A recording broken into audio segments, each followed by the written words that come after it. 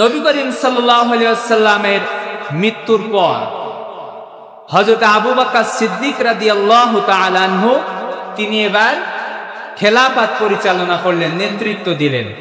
হযরত আবু বকর সিদ্দিক যখন দুনিয়া থেকে বিদায় হয়ে যায়, তখন তার ছেলে আব্দুর রহমান বিন আবু বকরকে সে নেতৃত্বের আসনে দিয়ে যায়নি।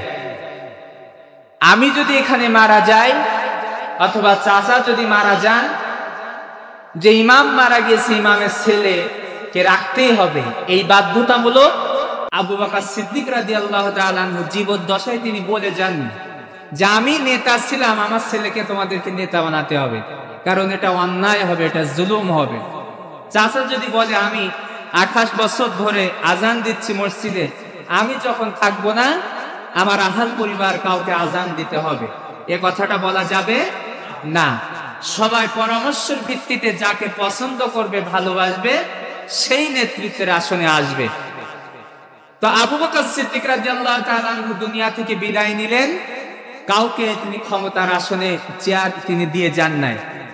সবাই মিলে রায়ের মাধ্যমে, পরামর্শের মাধ্যমে সবাই হযরত ওমর ফারুক রাদিয়াল্লাহু তাআলা আনহুকে বললেন, আবু বকর তো দুনিয়া থেকে বিদায় হয়ে গেছে, আজ থেকে ওমর রাদিয়াল্লাহু তাআলা আমাদের নেতা। বলেন আলহামদুলিল্লাহ। হযরত ওমর ফারুক রাদিয়াল্লাহু তাআলা আনহু ইতিহাস বলে 12 বছর 6 মাস তিনি পরামর্শের ভিত্তিতে তিনি রাষ্ট্র সমাজ পরিচালনা করেছেন। 12 বছর 6 মাস যাওয়ার পরে ওমর ফারুক দুনিয়া থেকে বিদায় হয়ে গেল।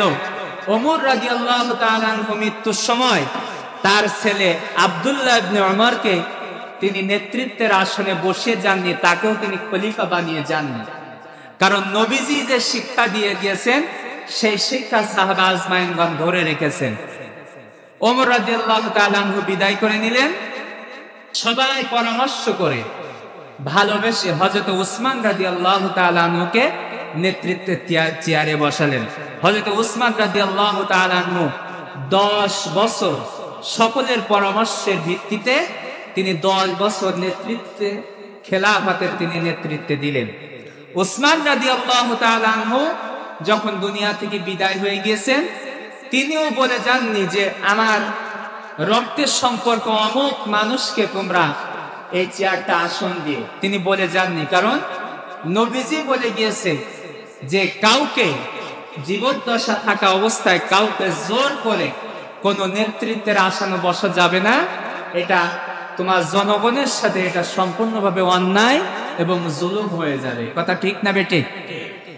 উসমান রাদিয়াল্লাহু তাআলা আনহু বিদায় নিলেন। আলী রাদিয়াল্লাহু তাআলা আনহু উসমান রাদিয়াল্লাহু তাআলা আনহু বিদায়ের পর সবাই মিলে হযরত আলী রাদিয়াল্লাহু তাআলা আনহুকে নেতা বানালেন। এই যে ধারাবাহিকতা সব ঠিকঠাক ভাবে চলছিল, যে কেউ মারা গেলে হুট করে পরিবার নীতিতে কেউ চেয়ারে বসতে পারবে না। তারপরে হযরত হাসান কে হযরত হুসাইন রাদিয়াল্লাহু তাআলা আনহুকে এই ধারায় চলছিল। ধারাবাহিকতায় হযরত মুআবিয়া রাদিয়াল্লাহু তাআলা আনহুকে খলিফা বানানো হলো। নবীজি মৃত্যুর পর 30 বছর যে 4 জন শ্রেষ্ঠ সাহাবী রাজত্ব করেছেন, সোনালী অধ্যায় তারা কায়েম করেছেন। তারপরে হাসান রাদিয়াল্লাহু তাআলা আনহু, হুসাইন রাদিয়াল্লাহু তাআলা আনহু, ধারাবাহিকতায় এইভাবে চলতেছিল। তারপরে সিরিয়ালে যখন মুআবিয়া রাদিয়াল্লাহু তাআলা আনহু চেয়ার পেলেন, তিনি মৃত্যুর সময় কি করলেন? ঝামেলাটা এখান থেকে শুরু হয়েছে। কারবালার যে মূল টার্নিং পয়েন্ট, মূল যে ঘটনা, কোন সাহাবা আজমাইনগণ তার রক্তের সম্পর্কের কাউকে তিনি চেয়ার দিয়ে যাননি। কিন্তু মুআবিয়া রাদিয়াল্লাহু তাআলা আনহু মৃত্যুর সময় কারোর পরামর্শ না নিয়ে, কারোর অনুমতি না নিয়ে তার ছেলে ইয়াজিদকে বলে দিল যে আমি ছিলাম নেতা, আমি দুনিয়া থেকে বিদায় হয়ে যাচ্ছি, আমার ছেলে ইয়াজিদ হবে আমার স্থানের নেতা। এটা কি ঠিক হলো না ভুল হলো? সবাই বলেন ভাই, ঠিক না ভুল? এখান থেকেই গন্ডগোল শুরু হয়ে গেল। মুসলমানের ভিতরে একটা বিভক্ত শুরু হয়ে গেল যে আবু বকর চলেছেন যেভাবে, ওমর চলেছেন যেভাবে, উসমান চলেছেন যেভাবে, আলী চলেছেন যেভাবে, কিন্তু মুআবিয়া রাদিয়াল্লাহু তাআলা আনহু কি করলেন? তিনি কারোর পরামর্শ না নিয়ে জীবদ্দশায় একজনকে তিনি নেতা বানিয়ে দিলেন। এই নেতা তো আমরা মেনে নিতে পারবো না, কারণ তার ভিতরে ত্রুটি আছে, তার ভিতরে সমস্যা আছে। কি ত্রুটি আছে? কারণ ইয়াজিদ ছিল তৎকালীন সময়, ইতিহাস বলে ইয়াজিদ মদ পান করত। কি পান করত? মদ পান। হালাল না হারাম? হারাম। এখন একটা ইসলামিক একটা পরিবেশ, ইসলামী সমাজের একটা নেতা হবে।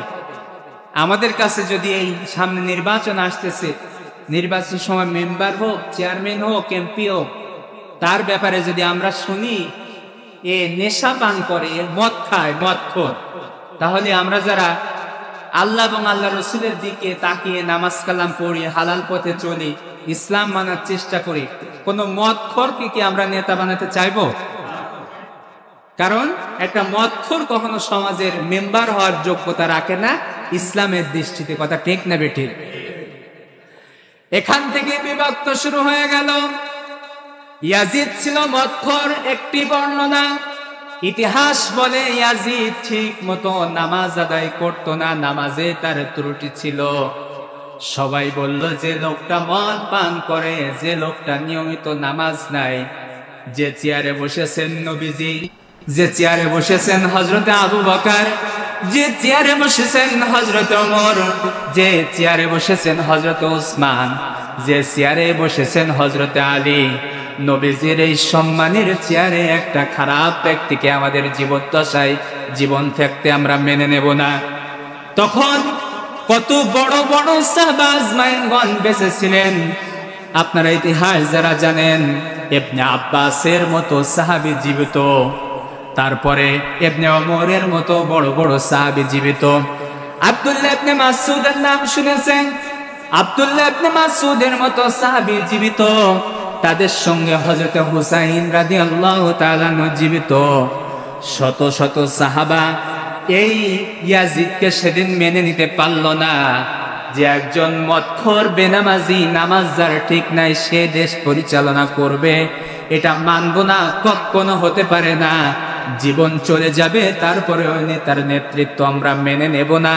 ইচ্ছাকৃতভাবে যদি কোন ইসলাম বিদ্বেষী কোন নেতার নেতৃত্ব যদি আমরা মেনে নিই, কিয়ামতের দিন আল্লাহর দরবারে আমাদের আসামি হতে হবে। কথা ঠিক না বেটি? তারপরে শুরু হয়ে গেল বিভক্তি। কারণ সমাজে ইমাম নির্বাচন করতে গিয়ে যদি আমরা এই বিষয়টা যদি একটু আমরা মাথায় রাখতাম, যে একটা মেম্বার হতে গেলেও তার ভিতরে আমানতদারিতা থাকতে হবে, তার ভিতরে সত্যবাদিতা থাকতে হবে, সে মানুষকে ঠকাবে না, কাউকে প্রতারণা করবে না, সে নামাজি হতে হবে, সে নামাজ পড়াতে পারবে কিনা এটাও দেখতে হবে। একটা নেতার ভিতরে অনেক গুণাগুণ থাকা দরকার, আছে না? না? কিন্তু আমরা এই জায়গায় আমরা ভুল করে ফেলেছি। মসজিদের ইমাম এদেশে আমরা যখন নির্বাচিত করি, ইমামের বিষয়ে খোঁজ খবর নেওয়ার অধিকার আছে, এটা মানি, এটা মানতেই হবে। যার পিছনে নামাজ পড়ছেন, যার কথা শুনতেছেন, তার ভালো মন্দ যাচাই বাছাই করার অধিকার বাংলাদেশে যত মসজিদ আছে, লক্ষ লক্ষ মসজিদ, সব মসজিদের মুসল্লিদের অধিকার আছে। কথা ঠিক না বেঠিক? কিন্তু ইমাম নির্বাচন করার সময় যত না ভাবে আমরা সজাগ থাকি, সমাজের ইমাম একটা মেম্বার থেকে শুরু করে, চেয়ারম্যান থেকে শুরু করে, এমপি থেকে শুরু করে, এইভাবে যদি আমরা সজাগ থাকতাম, তাহলে আমাদের দেশটা আল্লাহ তাআলা জান্নাতের একটা টুকরা করে দিতেন। কথা ঠিক না বেঠিক? কিন্তু আমরা এই জায়গাটা ব্যর্থ হয়েছে। কিন্তু তৎকালীন সময় হুসাইন রাদিয়াল্লাহু তাআলা আনহু, তার কথা ছিল, অন্যান্য সাহাবীদের কথা ছিল, যার পিছনে আমরা নামাজ আদায় করবো সে সৎ থাকবে, সে শুধু আমাদের নামাজের নেতৃত্ব দেবে না, সে সমাজেরও নেতৃত্ব দেবে। সুবহানাল্লাহ বলবেন না? তারপর কি হলো? এই পরিস্থিতি শুরু হয়ে গেল। এক পক্ষ নিল ইয়াজিদের পক্ষে, একটা দল হয়ে গেল, আর একটা পক্ষ নিল হযরতে হুসাইন রাদিয়াল্লাহু তাআলা আনহুর পক্ষ নিল। তৎকালীন সময় শক্তিশালী একটা জায়গা ছিল কুফা। ওই কুফাতে হাজার হাজার আলেমের জন্ম, আলেম বসবাস করত। পৃথিবীতে যে 4 জন শ্রেষ্ঠ ইমাম আছে, সবচেয়ে বড় আমাদের মাযহাবের ইমাম ইমাম আবু হানিফা রাহমাতুল্লাহ আলাইহির বাড়ি কিন্তু ওই কুফাতে ছিল।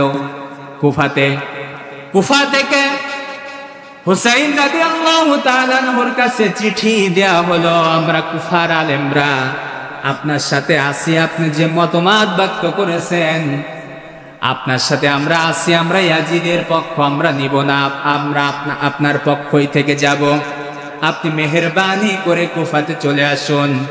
এখনকার যুগে মোবাইল ইন্টারনেট তো তেমন ছিল না, চিঠির মাধ্যমে যখন হুসাইনের কাছে এই খবর পৌঁছায় দিল কুফার আলেমরা, তারপরে হুসাইন রাদিয়াল্লাহু তাআলা হয়ে চিঠি পেয়ে তিনি যাচাই বাছাই করার জন্য সত্যতা তার চাচাতো ভাই মুসলিম বিন আকিলকে পাঠিয়ে দিলেন।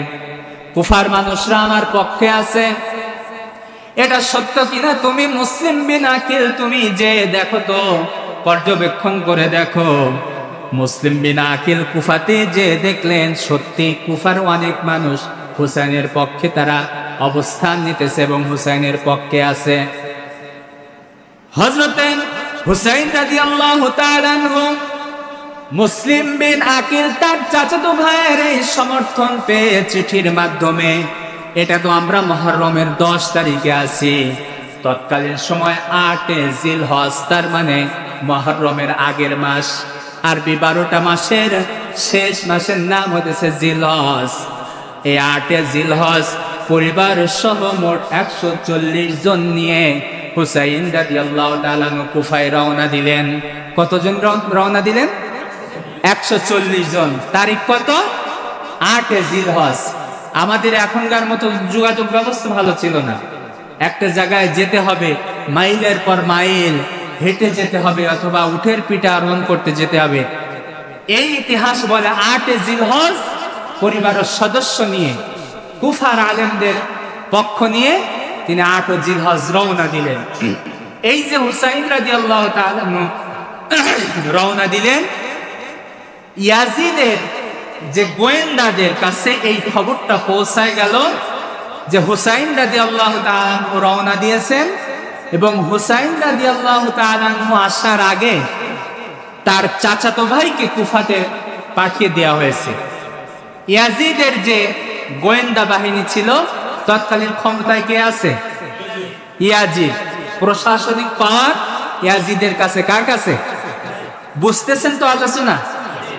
ইয়াজিদের প্রশাসনিক পাওয়ার যখন আছে, তার চাচাতো ভাইয়ের খবর তার গোয়েন্দারা বলে দিল যে হুসাইন রাদিয়াল্লাহু তাআলা চাচাতো ভাই কিন্তু এসেছে কুফাতে।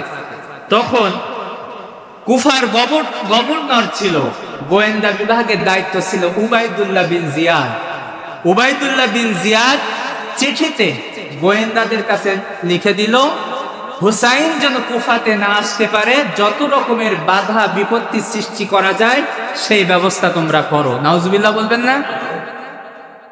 তারপরে কি হলো? উবাইদুল্লাহ বিন জিয়াদ সঙ্গে সঙ্গে গোয়েন্দা বিভাগকে অর্ডার দেওয়ার পরে তারা সব পথ বন্ধ করে দিল। শুধু তাই না, মুসলিম বিন আকিল হুসাইনের চাচাতো ভাই কেন আসলো হুসাইনের পক্ষ নিয়ে? ওই ইয়াজিদের প্রশাসনের সহযোগিতায় প্রকাশ্যে এই মুসলিম বিন আকিলকে প্রকাশ্যে জবাই করে দেয়া হলে বলেন নাউজুবিল্লাহ। তুমি হুসাইনের চাচাতো ভাই হয়ে কেন আসলে? তুমি কেন ইয়াজিদের বিপক্ষে গেলে? তুমি জানো না ইয়াজিদ এখন রাষ্ট্র ক্ষমতায়? ইয়াজিদ যা বলবে সেটাই হবে। নাউজুবিল্লাহ বলবেন না? সঙ্গে সঙ্গে মুসলিম বিন আকিলকে জবাই করে দেওয়া হলো। 4000 সৈন্য নিয়ে ইয়াজিদের পক্ষ থেকে হুসাইন রাদিয়াল্লাহু তাআলা 140 জনকে বাধা দেওয়ার জন্য 4000 সৈন্য তারা অ্যাটাক করলো। কোথায় 140 জন, কোথায় 4000 সৈন্য? একটা পরিবারের বিরুদ্ধে একটা রাষ্ট্র দাঁড়িয়ে গেল, শুধুমাত্র কারণ হচ্ছে তুমি ইসলামের পথে চলো না, তুমি ইসলাম বিদ্বেষী জোর করে কেন নেতৃত্ব নিলে এই প্রতিবাদ করার জন্য। তারপরে দিন চলে যায়, সাথে সাথে হুসাইন রাদিয়াল্লাহু তাআলা ওই জায়গায় চলে আসলেন। এই জায়গাটা সেই জায়গায় হুসাইন রাদিয়াল্লাহু তাআলা ওই যে 8 জিলহজ রওনা দিয়েছিলেন কিছু খাবার নিয়ে, পথে কিছু খাবার খেতে হবে। এভাবে করতে করতে যেই সৈন্যবাহিনীর সামনে এসে পড়েছে তাদের খাবার ও পানি তখন সেখানে শেষ হয়ে গেল। এবার উবাইদুল্লাহ বিন জিয়াদ হুসাইনকে বলল, দীর্ঘ পথ অতিক্রম করে ইয়াজিদের সঙ্গে লড়াই করতে এসেছো, খাবার বন্ধ হয়ে খাবার নাই, পানি নাই, যেখানে ফোরাত নদীর তীরটা সেই পানি যেন কেউ না পান করতে পারে সেই পানির রাস্তাটাও বন্ধ করে দিয়েছে। বলে নাউজুবিল্লাহ। অপরাধ একটাই, তুমি যদি মেনে নাও ইয়াজিদকে তাহলে তোমার সব কিছু দেওয়া হবে, আর তুমি যদি ইয়াজিদকে অস্বীকার করো, খাবার বন্ধ করে দেওয়া হয়েছে, পানি বন্ধ করে দেওয়া হয়েছে, তোমার জীবন চলে যাবে, কিন্তু ইয়াজিদ তোমার পক্ষ নিবে না। জোরে বলেন নাউজুবিল্লাহ। এরকম জালেম শাসক পৃথিবীতে আছে না নাই? ছিল কি ছিল না? অন্যায় করে জুলুম করে কেউ কি টিকতে পেরেছে?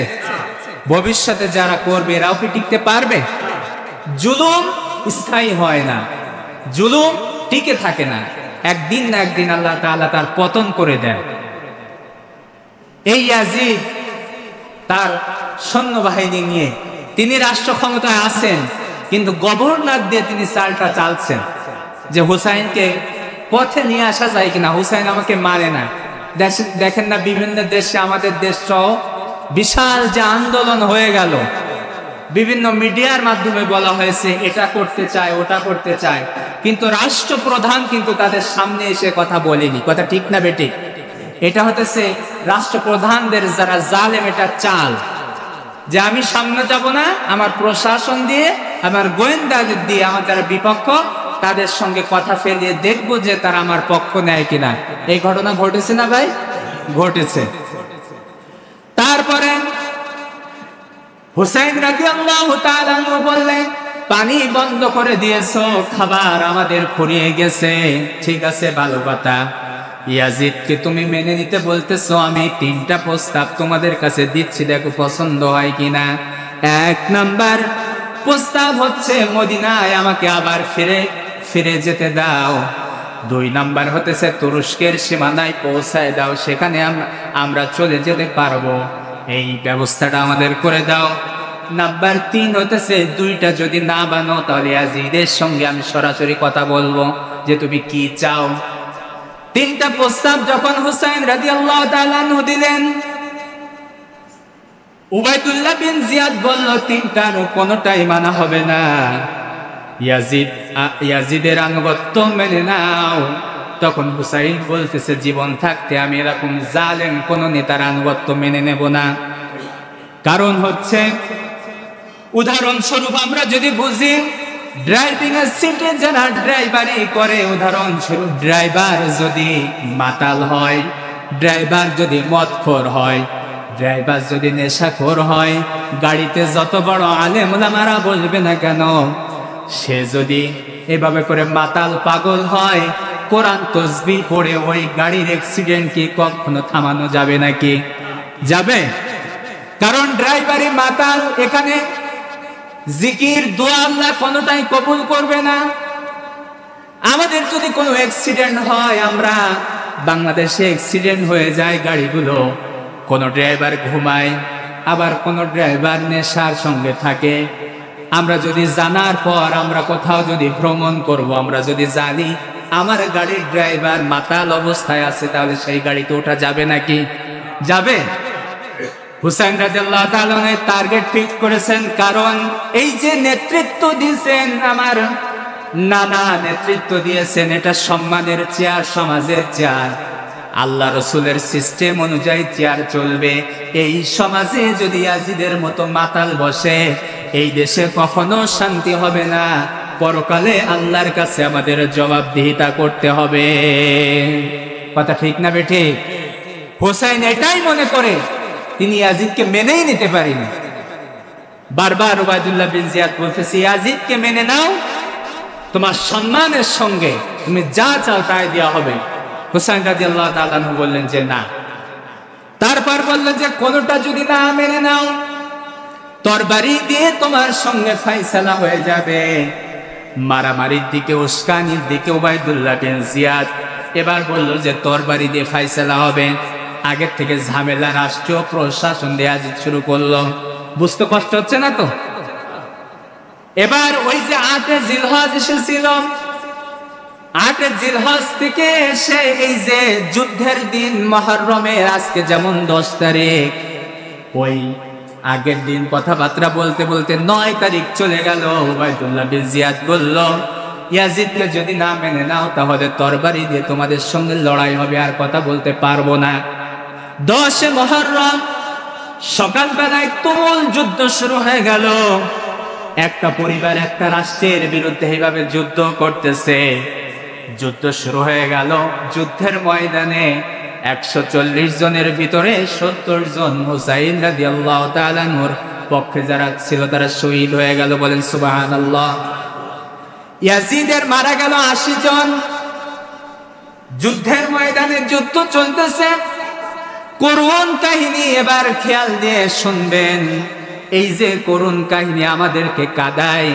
পৃথিবীতে যতদিন পর্যন্ত কারবালার ঘটনা আমরা বলেছি শুনেছি, আমাদের হৃদয়টাকে নাড়া দিয়েছে।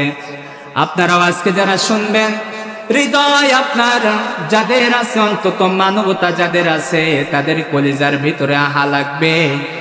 যুদ্ধের ময়দানে হুসাইন রাদিয়াল্লাহু তাআলা আনহু তখন দেখলেন তার ছোট্ট সন্তান ১ ফোঁটা পানির জন্য ছটফট করতেছে। ওই যে পানি নিয়ে এসেছিল, খাবার নিয়ে এসেছিল, সব কিছু শেষ হয়ে গেছে, আর পানির কাছে যেতে দেয় নাই। যুদ্ধে চলাকালীন হঠাৎ করে নজর গেল ছোট্ট মাসুম বাচ্চার দিকে, যে খাওয়ার জন্য ছটফট করতেছে, কারণ তার স্ত্রী খেতে পারতেছে না। স্ত্রীর বুকে সন্তানের খাবার নাই, দুধ নাই, না খেলে কোথা থেকে দুধ সংগ্রহ হবে, সন্তানের খাবার কিভাবে হবে? স্ত্রীর কাছ থেকে স্ত্রী ডাক দিল যুদ্ধের ময়দানে, হুসাইন একটু আসো তো, আমরা তো যুদ্ধ করতেছি, কিন্তু করলেন এই ছোট মাসুম বাচ্চাটা খাওয়ার জন্য তো ছটফট করতেছে, এ তো আর যুদ্ধ বোঝে না। ছোট মানুষকে যুদ্ধ বোঝে না? পানি নাই, খাবার নাই, একটু দেখো তো ফোরাত নদীর তীরে একটু পানির ব্যবস্থা করা যায় কিনা। যুদ্ধের ময়দানে স্ত্রীর কাছ থেকে সন্তানকে নিয়ে ইয়াজিদের সৈন্যদের সাথে লড়াই করে একটু ধাক্কাধাক্কি করে ওই ফোরাত নদীর তীরে একটু পানি ওঠানোর জন্য গিয়েছে, সন্তানের মুখে যেন দিতে পারে আর সন্তানটা যেন বেঁচে যায়। আমরা যুদ্ধ করতেছি, আমাদের সঙ্গে তোমার শত্রুতা থাকতে পারে, কিন্তু ছোট্ট মাসুম বাচ্চাটার সঙ্গে তোমাদের তো শত্রুতা নাই। ধাক্কাধাক্কি দিয়ে ওই যে ফোরাত নদীর কাছে পানি তুলতে গেল, যেই না পানি হাতে তুলে, ইতিহাস বেশ কিছু বলেছে, অথবা কাপড় দিয়ে পানি নিয়ে সন্তানের মুখে যেই না ধরতে যাবে, এইভাবে করে যখন নিচু হয়ে গিয়েছে, ইয়াজিদের ওই জালেম সৈন্যরা, তাদের ভিতরে একটু মায়া লাগলো না, একটু দয়া লাগলো না। যেই না নিচু হয়েছে পানি খাওয়ানোর জন্য, ছোট্ট মাসুম বাচ্চাটাকে একটা তীর এসে এক পাশ থেকে মাসুম বাচ্চার ঢুকে আর এক পাশ থেকে বের হয়ে গেছে। বলেন নাউজুবিল্লাহ। আহারে, কারবালার ঘটনা। হুসাইন রাদিয়াল্লাহু তাআলা যখন পানি পান করাতে যাবেন, দেখলেন ছোট্ট মাসুম বাচ্চাটার চোখের সামনে তীর মেরে সঙ্গে সঙ্গে কলিজাটা ছেদ হয়ে গেছে। আপনাদের যাদের সন্তান আছে, সন্তান কি জিনিস? সন্তানের যদি কোনো আঘাত লাগে, জ্বর আসে, আমরা গার্জিয়ানরা আমরা অবাক হয়ে যায়, টেনশনে পড়ে যায়।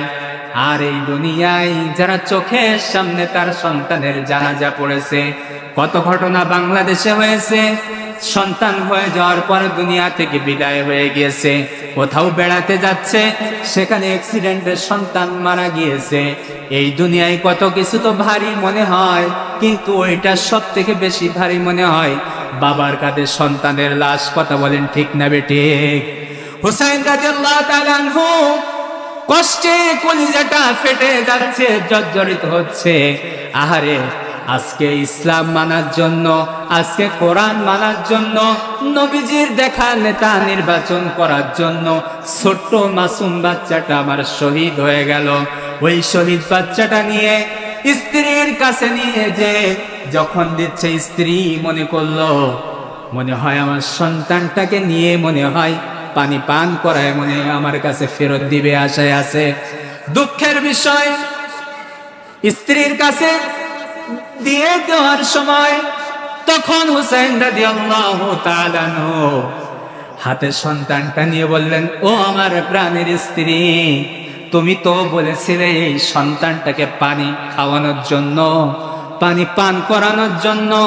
এমন পানি তোমার সন্তানকে খাওয়াই নিয়ে এসেছি, জিন্দেগিতে আর কোনোদিন তোমার আমার কাছে এই সন্তান পানির জন্য কোনোদিন আর আবেদন করবে না।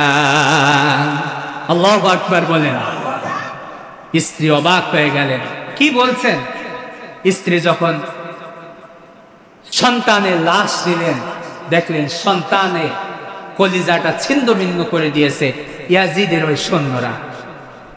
চোখের সামনে স্বামী স্ত্রীর সামনে সন্তান বিদায় হয়ে গেল।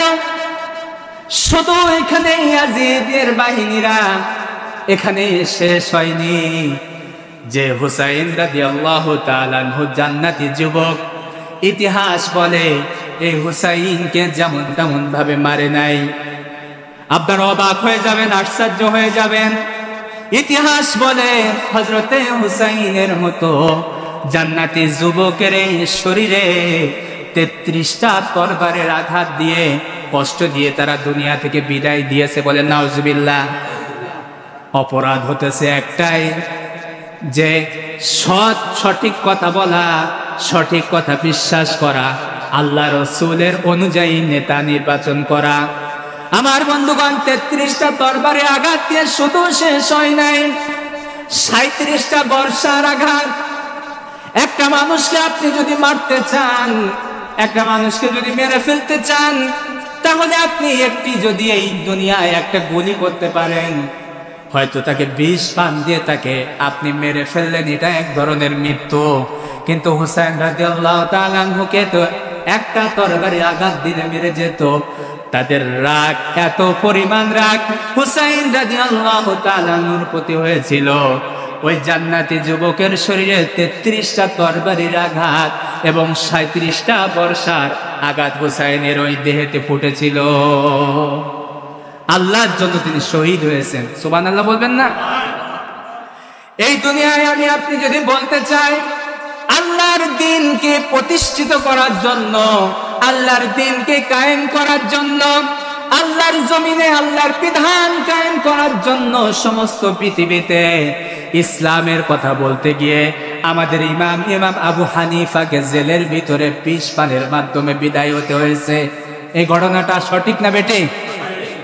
আমাদের ইমাম যদি জেলের ভিতরে বাতিলের কাছে মাথা নত না করে দুনিয়া থেকে বিদায় হয়ে নেয়, ইমাম মালিক, ইমাম আহমদ বিন হাম্বলকে নির্যাতন করা হয়েছে। ইমাম বুখারীর আমরা হাদিস পড়ি, ইমাম বুখারীর ব্যাপারে জানি না, ইসলামের পথে থাকার কারণে তাকে দেশ ত্যাগ করতে তাকে বাধ্য করা হয়েছে। এ যুগে আপনি কয়টা ইতিহাস নেবেন, বাংলাদেশ থেকে শুরু করে ইসলামের পথে থেকে শুধু দুনিয়া থেকে বিদায় হয়ে যাওয়ার পর তার জানাজা পর্যন্ত এই জমিনে পড়তে দেওয়া হয়নি, এরকম রেকর্ড আমাদের কাছে আছে না? না, জানাজা পর্যন্ত পড়তে দেওয়া হয়। মানুষ মৃত্যুর পর আর কোনো রাগ থাকে না, ওর সাথে আমার হাজার শত্রুতা ছিল তো মারা গেছে, কিন্তু সেই মানুষটা মৃত্যুর পর আমি যদি জানাজায় ঠাকায়, জানাজা যদি বলি জানাজা এখানে কবর দিতে দেব না, ওখানে জানাজা পড়তে দেব না, আল্লাহর কি ফয়সালা? আল্লাহ বলে আমার পথে যারা, আমার পথের যারা বান্দা হবে, তুমি জানাজা বন্ধ করতে পারো, তুমি কবরস্থানের জায়গা বন্ধ করতে পারো, কিন্তু তার ভিতর দিয়েও লক্ষ লক্ষ সেই মানুষের জানাজা বাংলার জমিনে তার জন্য পড়েছে। কথা ঠিক না বেটে? এসে আল্লাহর পথে, আছে আল্লাহর ভালোবাসা। হুসাইন রাদিয়াল্লাহু তাআলা আনহু শাহাদাত বরণ করলেন। ইয়াজিদের লোকেরা এসে হুসাইনের এবার কঠিন ঘটনা শোনেন। ওটা তো মনে রাখবেন, 33টা তরবারির আঘাত, 37টা বর্ষার আঘাত। এবার ইয়াজিদের লোকেরা এসে কি করলো? হুসাইন রাদিয়াল্লাহু তাআলা আনহুর দেহ থেকে মাথাটা বিচ্ছিন্ন করে দিল। নাউজুবিল্লাহ বলবেন না? আরো জোরে বলেন নাউজুবিল্লাহ। ইয়াজিদের লোকেরা সেই জান্নাতি যুবক, আল্লাহ নবী যাকে জান্নাতি বলে ঘোষণা দিয়েছে, আল্লাহ পাক যাকে সম্মানিত করেছে, এবার মৃত্যুর পর ওখানে ক্ষান্ত হয়নি ইয়াজিদের সৈন্যরা, এবারে সে দেহ থেকে মাথা বিচ্ছিন্ন করে নিল।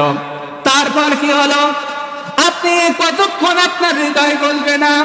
মাথা বিচ্ছিন্ন করে এবার ওই শরীরের পরে ঘোড়া চালায়া দিয়া, ঘোড়া এমন ভাবে চালিয়ে দিল হুসাইন রাদিয়াল্লাহু তাআলা আনহুর শরীরটা সঙ্গে সঙ্গে ক্ষত বিক্ষত আরা হয়ে গেল।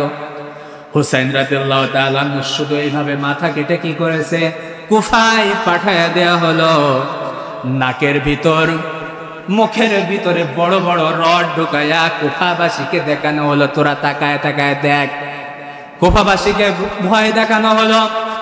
মৃত্যুর পর তার দেহ থেকে মাথা বিচ্ছিন্ন করেছি, নাকের ভিতরে রড ঢুকিয়েছি, মুখের ভিতরে রড ঢুকিয়েছি। একটাই কারণ, ইয়াজিদের পক্ষ না নেওয়ার কারণ। ইয়াজিদের পক্ষ নিলে আজকে হুসাইনের এই পরিস্থিতির শিকার হওয়া লাগতো না। ঠিক কিনা? কুফাবাসীকে দেখানো হলো যে ইয়াজিদের বিরুদ্ধে নবীর পরিবার পর্যন্ত গেলে ইয়াজিদ তাকে ছাড় দিবে না। নাউজুবিল্লাহ বলবেন না? কত ক্ষমতাই দুনিয়ায় দেখিয়েছে আমাদের প্রতি, সারা বিশ্বে আমরা দেখেছি। মানুষকে মানুষ তারা বলেনি, আলেমকে আলেম তারা মনে করেনি, ভালো মানুষের তারা সম্মান দেয়নি। আল্লাহ তাআলা এমন বেইজ্জত দিয়েছেন, এমন অসম্মানিত করেছেন আল্লাহর ওলিদের সঙ্গে, আল্লাহর এই জমিনে আল্লাহওয়ালাদের সঙ্গে বেয়াদবি করার পরিণাম। যে দেশে তুমি মানুষকে জানাজা পড়তে দাওনি, সেই দেশে তোমার জায়গা হবে কিনা ভবিষ্যৎ, এটা সময় বলে দেবে, কারণ এটা হতেছে আমার আল্লাহর ফায়সালা। চিৎকার করে বলেন কথা ঠিক না বেটে? কোথায় ক্ষমতা? দেশ ছিল যার পাওয়ারে, সেই দেশে তার একটু জায়গা নাই। এটা কি কোনো মানুষের ইশারা? আমার আল্লাহর ইশারা। জোরে বলেন কার ইশারা? এই জন্য ভাই, জুলুম স্থায়ী হয় না। কারোর সঙ্গে অন্যায় করবেন না, কারোর সঙ্গে জুলুম করবেন না। আজকে ক্ষমতা আছে, আপনি ক্ষমতায় থেকে বাহাদুরি করবেন না। ইয়াজিদ দুনিয়া থেকে বিদায় হয়ে গিয়েছে। কিভাবে মরেছে সেটা তো বলতে পারবো না সময়ের অভাবে। একটা কথা বলে দিতে চাই, পৃথিবীতে 800 কোটি মানুষ আছে। কোন খ্রিস্টান বলেন, ইহুদি বলেন, কাফের বলেন, পৃথিবীতে যত ধর্ম আছে, কোন সন্তানের নাম আজ পর্যন্ত ইয়াজিদ রাখে না। ঠিক না বেটে? ইয়াজিদ কিন্তু মুসলমান। ইয়াজিদ কি? কোন কাউকে আপনি কোটি টাকা দিয়েও যদি বলেন যে আপনার ছেলের নামটা ইয়াজিদ রাখেন, এই এলাকায় কি কেউ রাখতে পারবে? কারণ নবীর পরিবারের সাথে অন্যায় করেছে, জুলুম করেছে। কিয়ামত হয়ে যাবে, ততক্ষণ পর্যন্ত ইয়াজিদ বলে কেউ রাখবে না। তাহলে তার নামটা পর্যন্ত মানুষের হৃদয় থেকে কে মুছে দিয়েছেন? আমার বন্ধুগণ, এই জন্য অহংকার করা যাবে না। ক্ষমতার অহংকার করে আল্লাহওয়ালা মানুষদের উপরে নির্যাতন করা যাবে না, জুলুম করা যাবে না। আল্লাহর ওলি যারা এই দেশে যে যে কথাগুলো বলেছে, আল্লাহ তাআলা সেই কথাগুলোকে কবুল করেছে। সুবহানাল্লাহ বলবেন না? আপনারা জ্ঞানী মানুষ, বাবার বয়সের মানুষ, যুবক ভাইরা বসে আছেন, আপনাদেরকে বোঝানো লাগবে না। আল্লাহর ওলিরা যে বদদুয়া করেছেন সেই কাজে লেগে গেছে। যাদের ভিতরে কোরআন থাকে, ইসলাম থাকে, যাদের কপালে সিজদার দাগ থাকে, যাদের বুকে কোরআন থাকে, নবীর আদর্শ থাকে, তাদের সঙ্গে বেয়াদবি করলে আল্লাহ তাদের এমন পরিণাম জমিনে ঘটায় দেয়। কথা বলেন ঠিক না বেঠিক? পৃথিবীতে কেউ স্থায়ী হয় না, হোক না সে ফিরাউন কিংবা নমরুদ, কেউ ভবে চিরকাল রয় না। পৃথিবীতে কেউ স্থায়ী হয় না, হোক না সে ফিরআউন কিংবা নমরুদ, কেউ ভবে চিরকাল রয় না, কেউ ভবে চিরকাল রয় না। চলে যায় সব ছেড়ে যেতে হয়, মৃত্যু মানে না কোনো পরিচয়। চলে যায় সব ছেড়ে যেতে হয়, মৃত্যু মানে না কোনো পরিচয়।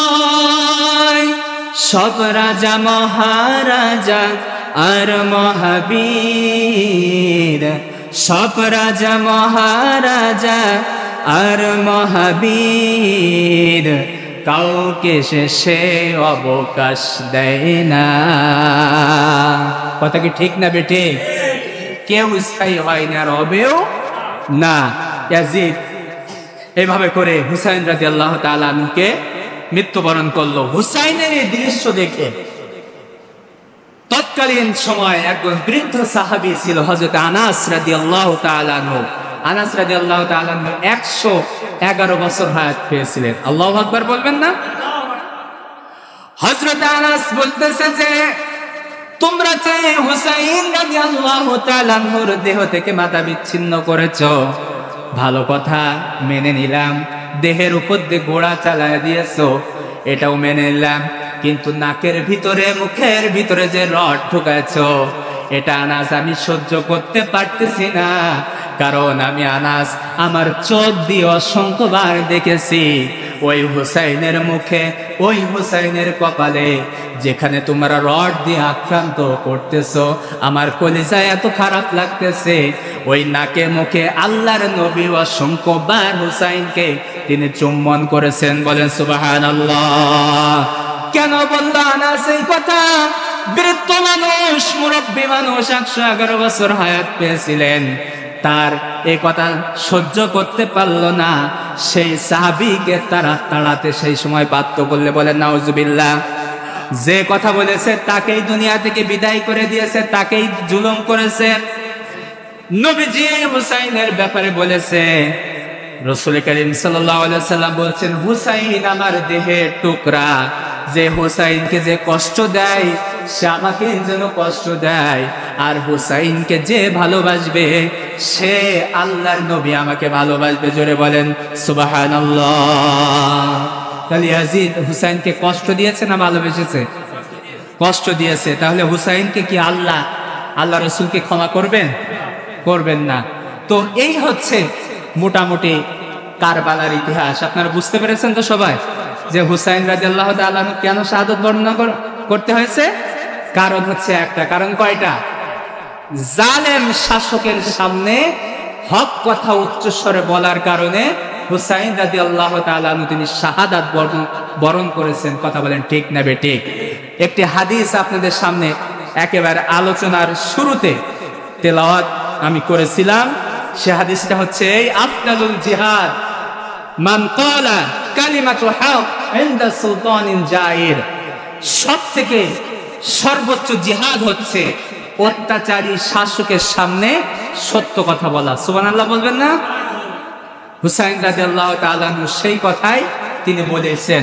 ইয়াজিদের কাছে যদি বলতো যে আমাকে বিভিন্ন ধরনের সুবিধা দেন, আমাকে বিভিন্ন ধরনের, আমি যা যা বলতেছি তাই তাই মেনে নেব, হুসাইন রাদিয়াল্লাহু তাআলা আনহু শাহাদাত বরণ করা লাগতো না। আমি যদি আজকে জালেমের সামনে এমন পর্যায়ে যদি সময় স্থানকাল চলে আসে, আমাদেরকে সঠিক কথা বলতে হবে না তাদের কাছে পরাজিত হতে হবে? সঠিক কথা বলতে হবে। কোন জালেম যদি মাথা চাড়া দিয়ে ওঠে, তাহলে আমরা দলবদ্ধভাবে ঈমান নিয়ে আমরা তাদের কাছে মাথা নত করব না। আমরা কার খুশির জন্য কথা বলবো? সবাই মনে থাকবে ইনশাআল্লাহ। আমরা সঠিক কথা বলবো, সঠিক পথে আমরা চলবো। আল্লাহ তাআলা যেন আমাদের তৌফিক দান করেন। জোরে বলেন আমিন।